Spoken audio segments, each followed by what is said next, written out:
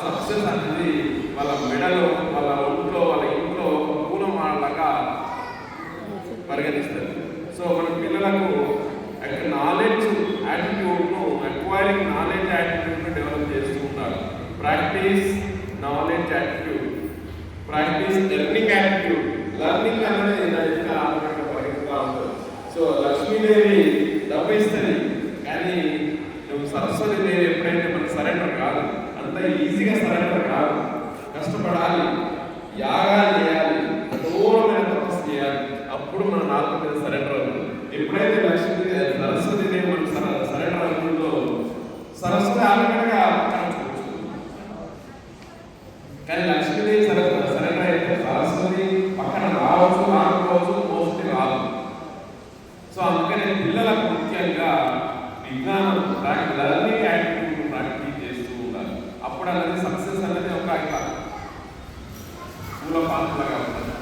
తర్వాత రెండోది హెల్త్, అంటే ఆరోగ్యం అని కాకపోవచ్చు, కానీ ఆరోగ్యం లేని నాడు ఎన్ని ఉన్నా అన్ని ఇస్తున్నాం. సో ఇప్పుడు మేము డాక్టర్ కాబట్టి మనం ఖచ్చితంగా మేము చెప్పడం బాధ్యత. మన ఒంట్లో ఉండాలి, మన ఇంట్లో ఉండాలి, తర్వాత సమాజానికి మన ఆరోగ్యం ఇవ్వాలి. ఎందుకంటే ఆరోగ్యం అనే ఆయుధం అనేది అది లేనప్పుడు మనము ఒంటికి పనికిరాము, ఇంటికి పనికిరాము, సమాజానికి పనికిరాము, మన కుటుంబానికి పనికిరాము, దేనికి మనకి అన్ని కనెక్షన్స్ అన్నది ఉండాలని కట్టేసుకోవాలన్నది మన ఆరోగ్యం మీద ఆధారం. సో డబ్బు సంపాదిస్తే మీరు గుర్తుకోవచ్చు, కానీ ఆరోగ్యం అనేది గుర్తుకోవడానికి వీలేదు, ఎవరు వాళ్ళు సంపాదించుకోవాల్సింది. సో అందుకనే ఆరోగ్యం అన్నది ప్రతి మన ఇంట్లో నుంచి స్టార్ట్ చేస్తుంటారు, మన పిల్లలకు మోటివేట్ చేస్తుంటారు. తర్వాత లాస్ట్ది బట్ నాట్ లీస్ట్ హ్యాపీనెస్, అంటే ఆనందం అనేది నాకు ఎప్పుడైతే నువ్వు ఆనందంగా ఉంటామో మనకు సక్సెస్ రేట్ ఎక్కువ వస్తుంది. మన ఒంట్లో ఆనందం ఉండాలి, మన ఇంట్లో ఆనందం ఉండాలి. ఎప్పుడైతే ఈ రెండు లేకుంటే సమాజానికి ఆనందాన్ని ఇవ్వడం అనేది అసాధ్యం. సో ఈ మూడు ఎవరైతే మనం ప్రాక్టీస్ చేస్తామో, మనం ప్రాక్టీస్ చేయడం కాదు, మన కుటుంబంలో మన పిల్లలు ప్రాక్టీస్ చేసినట్లయితే మనం కూడా మన వంతుగా సమాజానికి సేవ చేసిన వాళ్ళం అవుతాం. ఇది ప్రతి ఒక్కరు దయచేసి మీరు ఎవరైతే ఉన్నారో మీ పిల్లలకు మీరు ఇనిషియేట్ చేయండి. మీ కుటుంబం, మీ పిల్లలు వాళ్ళు మోటివేట్ చేయాలి. సో మనము ఈ స్టేజ్కి వచ్చాం, కానీ నెక్స్ట్ జనరేషన్ పిల్లలు ముందుకు రావాలి అంటే కొన్ని ఇంట్లో నుంచి కొన్ని కఠినంగా ఉన్నా కానీ తప్పకుండా చెప్పాల్సిన అవసరం ఉంది. అది ఎవరు చెప్పాలి? తల్లిదండ్రులు చెప్పాలి. తల్లిదండ్రులు చెప్పకపోతే పక్క వాళ్ళు అలా టీనేజ్ పిల్లలు ఎట్లా ఉంటారంటే వాళ్ళకి ఏది నచ్చదు.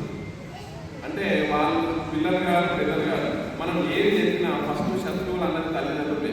కానీ వాళ్ళు మనం మంచి కోరే వాళ్ళం కాబట్టి కఠినమైన కానీ నిర్ణయాలను నిక్కచ్చిగా చెప్పినట్లయితే వాళ్ళకు రియాలిటీ వస్తుంది. ఫస్ట్ 21 ఏజ్ టీనేజ్ తర్వాత 19-21 వచ్చిన తర్వాత ఆ రియాలిటీ వస్తుంది. ఆ ప్రతి ఒక్క తల్లిదండ్రులు పిల్లలు మా హీరో, మా డాడీ అనేది నా హీరో, మా మమ్మీ అనేది నా హీరోయిన్, ఆ కాన్సెప్ట్ డెవలప్ చేసినట్లయితే ఆటోమేటిక్గా వాళ్ళు సమాజానికి సేవ చేస్తారు. లేకపోతే ఎందుకంటే డిసిప్లిన్, క్రమశిక్షణ లేని జ్ఞానము నిరర్థకం. నువ్వు క్రమశిక్షణతో ఎప్పుడైతే పెంచినట్లయితే ఆ జ్ఞానం ఉపయోగపడుతుంది. క్రమశిక్షణ లేకుండా జ్ఞానం అన్నది ఉపయోగం కాదు, వ్యర్థమైన జ్ఞానం. సో అందుకనే క్రమశిక్షణ అన్నది ఇంట్లో నుంచి స్టార్ట్ కావాలి. సో దయచేసి ఎవరైతే ఒక 10 మందికి స్ప్రెడ్ చేయండి, ఆ 10 మంది ఇంకొక 10 మందికి స్ప్రెడ్ చేయించినట్లయితే మనం ఈరోజు ఈ సభ పెట్టుకున్నందుకు మనం సాధన చేసినట్లయితే ఈ పండుగ జరుపుకోవడానికి మనకు సాధన జరుగుతూ ఉంది. ప్రతి సంవత్సరం 2 సార్లు అందరూ కలిసిన కులాలకు మతాలకు అతీతంగా. సో దయచేసి స్ప్రెడ్ చేయండి.